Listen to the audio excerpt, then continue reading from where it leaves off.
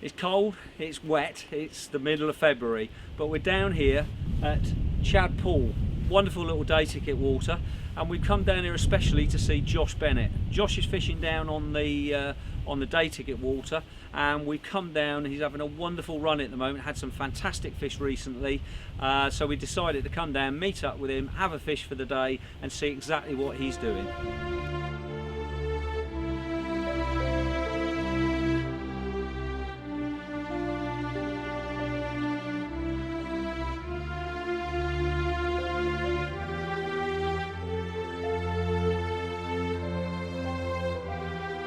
Okay, after a year of trying, we finally pinned the man down, Josh Bennett.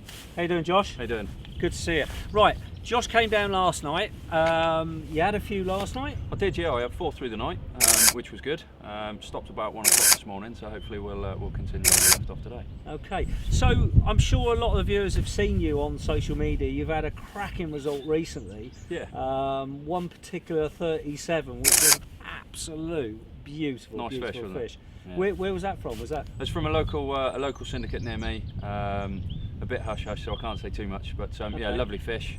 And the good thing about it, there's a little bit of the unknown in there as well, so there could be more to come yet. Always nice when you find a water like that. Well, we brought Josh down to Chad Lakes today, and hopefully we're going to have a look at how you approach a water like this. As you said, you turned up late last night. The weather last night was atrocious. It didn't stop raining, did it? It didn't, no. So how do you approach a day ticket water like this? I mean, you've got a lot of fish in here. Obviously, conditions against you. We've got a cold wind sort of blowing down the lake this morning. We had all that rain. So what were your tactics last night? To be fair, like you said, when I turned up last night, it was very damp, and the wind had actually, it's different this morning, it's turned 180. So it was actually blowing into our right hand side as we look at the lake. A lot of the lake, the clarity has actually cleared up slightly. Yeah. So a lot of the lake and the lake beds you could actually see, so that made fish location a little bit easier. Okay. So the areas that are slightly deeper, especially at this time of year, we're always going to be an area to target. Looking at the banks, you can see where previous anglers have obviously been fishing. So that normally gives an indication on where the bait's been going in, where the fish might be holed up. There's a few snags as well, which look good. Because it's a lovely sort of area this. We've got 2 swims next door to each other. I've just sort of slung my rods out there out the way for now. But you've got, I mean, alcoves in the island there. You've got a channel through the island, snag hanging off the end there. You've got a bit of deeper water through that centre channel, as you said. Yeah, that's right. So lots of features, you're right, yeah. Okay, so with these sort of conditions, you're not really expecting fish to be in that wind, open water, are you? No, correct. They're always looking for that little bit of warmth, just detecting that temperature change in the layers. So yeah, if we can target places like snags, areas that hold a little bit of natural warmth as well, and natural food larders, then yeah, that's what you're trying to look for. Okay. That's what you need to look for on a day ticket water like this. So baiting wise, how did you approach it baiting? Did you put much bait out? Quite minimal to start with. You're just fishing for a bite at a time. Okay. Again, the old adage that you can't take out what you've already put in. It's one of those things. Bags, sticks, little and often, things like that. Just chucking 10-20 baits over the top at a time.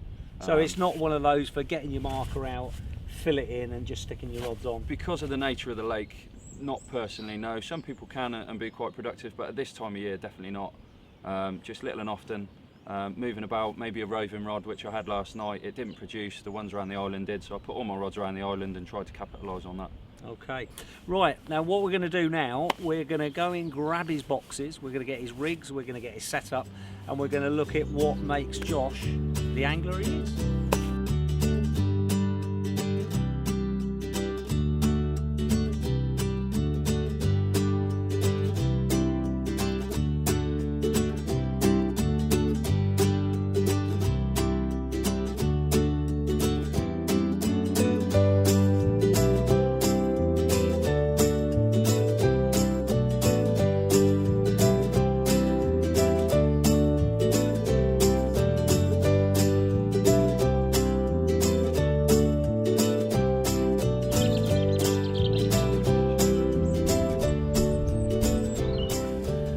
Okay, so this is Josh's tackle box, and I've got to say it's probably the smallest amount of kit I've ever seen a carp angler on the bank with. Tell us about your tackle box, Josh. Like you can see, it's very minimal. Everything's there, ready, set up, ready to go. It's one of those things that I like to be able to move very quickly or be mobile in my approach to my fishing. when I turn up, I may only have a night, a day, like we've got today. Yeah. Very quick. I've got a few leaders in there, like I said, everything's pre-tied, and it just allows me to move and get bait on fish very quickly. So preparation is everything. You Massively, turn up at the lake, completely sorted that if you see a fish, you get a rig out, bang, you're fishing straight away. Ready to go. Baits are tied on at home. Okay. It's easy to tie on, just floss it through. Bags are ready tied, leaders are ready to go, leads put on, and yeah, within seconds I can loop to loop. Yeah. Or obviously here we're using tube because of the rules, so I can quickly thread things through. Out they go. It's a brilliant point that. I mean, you see so many anglers turn up on the bank, they drop into a swim, there's fish doshing all over them, and their fingers start shaking when they're trying to put a bait on, and they just accept something which isn't right. You know, the good thing is if you do what Josh does, get everything prepared and ready at home, everything's balanced out, so you can just go bang and you know it's right before you ever get there. So these sort of leaders, what's your normal setup you would normally use? Obviously on this water we're not allowed to use leaders. Correct. So it's basically back down to tubing. Yeah, and that's what I mean. I'm more than happy to use tubing. There's nothing wrong with it. Personally, I prefer leaders. Okay. Because of the versatility to them. Tubing is generally coloured in a weed or a gravel or a silt or clay. With normally I use either the Quarter Clear leaders or the Nash Diffusion leaders, both of which are perfectly sort of suited to any lake bottom, so I can cast anywhere. Yeah. So I don't have to know what I'm fishing over. If the fish are there, then I'm prepared and ready to fish for them. Excellent. And this is your little rig here. Yep. So let me just pop that out of there. So quite a long length of tubing. Reasonable length, yeah. I like my sort of that last sort of 2-3 foot pin down just to let the fish come in and mose around the hook bait. And that looks like called a dark matter. Correct, yeah. So lovely colour, that green. It seems to be one of those colours that sort of blends in with most areas. Not only that, but it sings very, very well. Okay. And this is very, very simple on the end. So we've just got a lead clip. Yep. Tail rubber. Yep. A little bit of tubing over the top, just to keep that neat. So you've got just a little clip under there. Got a little clip, yeah, a little sort of figure of 8 loop. That just obviously attaches to it. Again, very, very quick to change. If something comes back wrong with the rig, instead of fiddling about and tying a new one, or the hook blunts, I can unhook a fish or quickly unhook that rig, get another one on, straight back out. Efficient fishing. Yeah, it sometimes pays off. You might get a fish minutes or so after casting out, and you may not have caught that fish if you're still playing about with the rig. Okay, so we've got a bit of putty on there just to pin the hook length down, and then this end, just strip back a little bit there. What hook's that? Tiny little bit. That's just a size 8 quarter curve shank. Okay. And again on there, like you were saying, you've just got a little bit of strip back, and that just allows a little bit of movement around the hook bait. The hook bait's attached using a small rig swivel, which can slide up and down a sort of length. So you got a little D on the Yeah, that's like it. A little tiny D on the back. Yeah. A little bit of kicking tube in there. Yeah. And I can see that hook looks extremely sharp. As you can tell, this is probably one of the main things I carry around with me as a hook sharpener. It's one of those things that it's small percentages that just swing things in your favour, and if your hook's razor sharp, then you're part way there. So do you sharpen every hook? I normally test it on my fingernail and just lightly graze it over the nail. If it digs in, then I'm happy. I'm going to get you just to show us how you check this, because I know a lot of people sort of take hooks and they bang it in their finger just to check it. And I mean, some hooks you can just go in there, it's like a piercing pain. You think, yeah, that's sharp. Yeah. But Josh is going to show us now the perfect way to actually check to make sure that hook point is absolutely razor sharp. Just get the sort of thumbnail there, and that's digging in straight away. So I can't actually take that over my nail at all. So if that slides, if it were to scratch the nail, it's then not sharp enough. No, I'd sharpen it. Okay. Yeah. So it's got to literally, where you put it, it stays there. Oh, straight because away. it is so sharp. With the lightest of pressure, yeah, definitely. Okay, excellent. And then a little pop up on the top there. Yeah, although that's a little 10mm Profish pop up there. What that does is under the size 8 hook, that just sinks nice and slowly, and because I've got the little bit of silicone tube that's kicking it away, then obviously the light of the hook bait, it kicks it all out nice and straight. Keeps everything. Yeah, and so it's going to reset it. Yeah, I was just going to say it can reset itself as well. Really important thing on these day ticket waters, where you get a lot of fish coming through, picking up, blowing out. If the rig doesn't reset itself, it's not really a lot of good. Yeah, no, you're right. After the first time or second time that a fish takes it in and out, it's null and void. So you might be fishing for an hour or two. Yeah.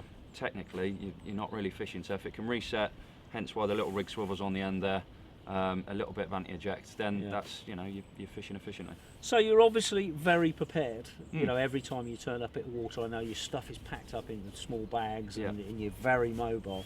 How often do you fish? Again, that's probably why I'm so mobile in my approach, is because when I do get to fish, it's not for very long, and it's for short sessions. So quick overnighters, day sessions, maybe once every sort of 10 days, I suppose, and one weekend a month. I normally work 3 weekends out of 4, so that one weekend, as long as the missus allows, I'm out on the bank. So he's not a full-time angler? No. You'd think so, the fish he's been catching. Right, going back to that 37 we were talking about earlier. Yes. What did you catch that on? That exact rig. It was on this one? Yeah. Very well, not the exact rig, but the exact same setup. Yeah. The same length, so around 6 to 7 inches. I like to look at my hook holds just to make sure I'm hooking them in the right part of the mouth. Yeah. If you know, and sort of lengthen or shorten the rig accordingly if I feel that I'm fishing too long or too short. Yeah. But yeah, simple tactics. So it's not getting bogged down. I know a lot of anglers, you know, they pick a new magazine up, or there's a new DVD out there. Oh, I've got to try that rig, thinking that no one else in the country is going to do this, but I'm going to. I think a lot of people, I thought it was, but no, I think it was a bird. Oh, right. I think there's a few chickens running around here, and they keep banging into the lines trying to get the bits of bait underneath. But I think you're right. A lot of people go too complicated, and a lot of sort of the old school anglers, as they like to be known, are going back to simple tactics, the simple hair rig. I mean, Darryl Peck advocates that a lot with the DVDs and things, and I agree. Is your location is paramount. As long as you're confident in your rig, and I am with that, then the location is the important part, and then you can start to concentrate on a rig that's going to catch the fish. Yeah, I think it's quite interesting now, because you've got a lot of anglers. I mean, you mentioned Darryl there, that the rigs they use, they've got a style of fishing. You know, there's one way to fish a bottom bait, there's one way to fish a popper, there's the way to fish a wafter or a balance bait, and that's what they do. But they'll only have those 2 or 3 rigs that they're very confident in, and that's what they'll use. But that actually allows you to keep fishing that rig and making minor changes, isn't it? Yeah. You know, I think a lot of the times, you know, you use a rig and it didn't hook properly, and people say, right, I'm not going to use that again. It's the finer details on the rig which do make and that's what we commented on earlier, is just adjusting that rig. It might need to be a little bit longer, it might need to be shorter, you may need to go up a hook size, and that's, like you were saying, finding those patterns down and finding those details down to get a rig that works for you. And then stick it on top of a fish. Yeah. Right, that's the rigs and all the bits and pieces. What we're going to do now is we're going to have a look at the bait and the bits and pieces and the approach that Josh uses within his fishing.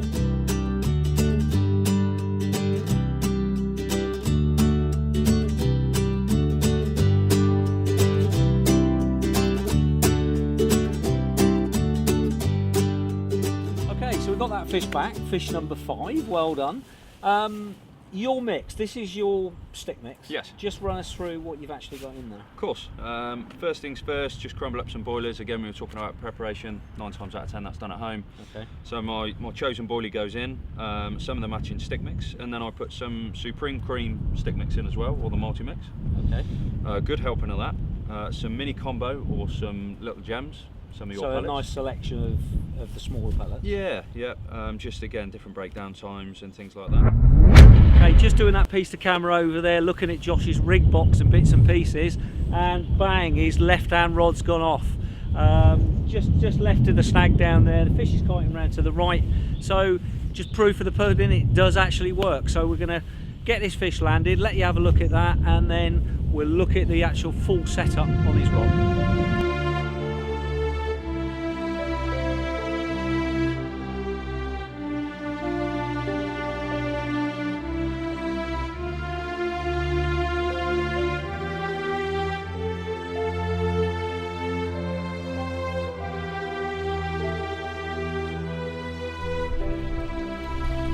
Excellent.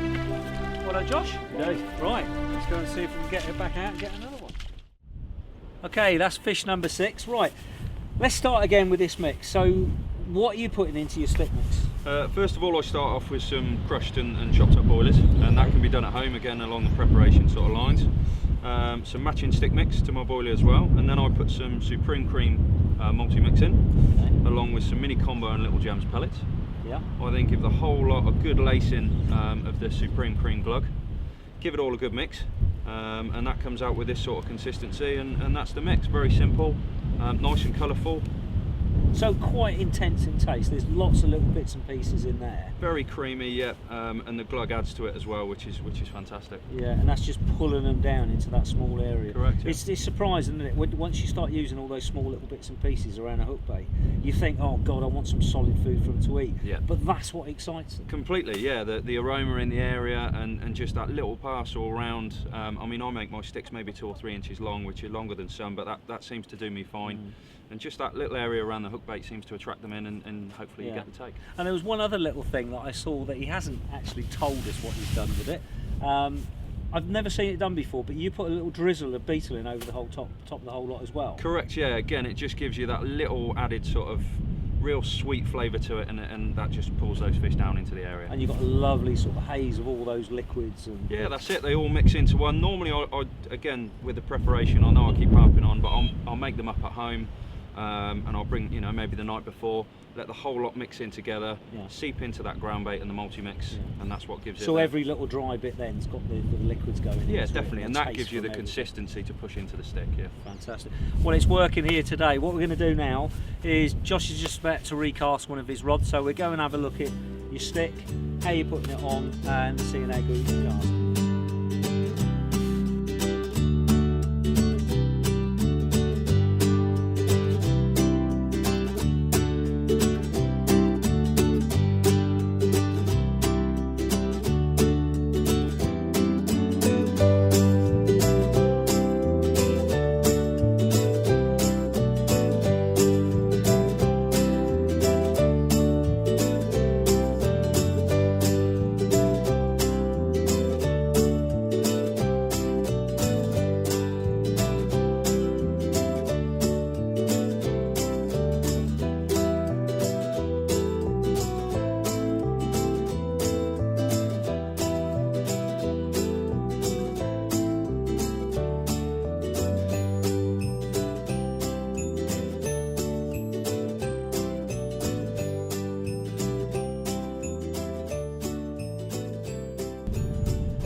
Right, well that's about it. We're back to the car now.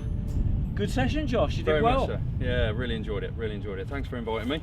Not a problem. Thank you very much. 6 fish? Was it 6? 7 in the end. Sorry, yeah, 7. You doing me out of a fish. 7 fish. Little short overnighter, and I mean, what's the time now? 2:45. So it's early in the afternoon. That's how good the fishing is down here. All you got to do is follow some of the tips that Josh has shown you. All those bits and pieces work, as you saw earlier on with some of the bigger fish he catches, like the was it 37? 37. The 37, yeah. So I know Josh is going to try and get us hold of a camera so that we can grab a bit more footage out of him when he's out on his own. But for now, that's it. We're going home.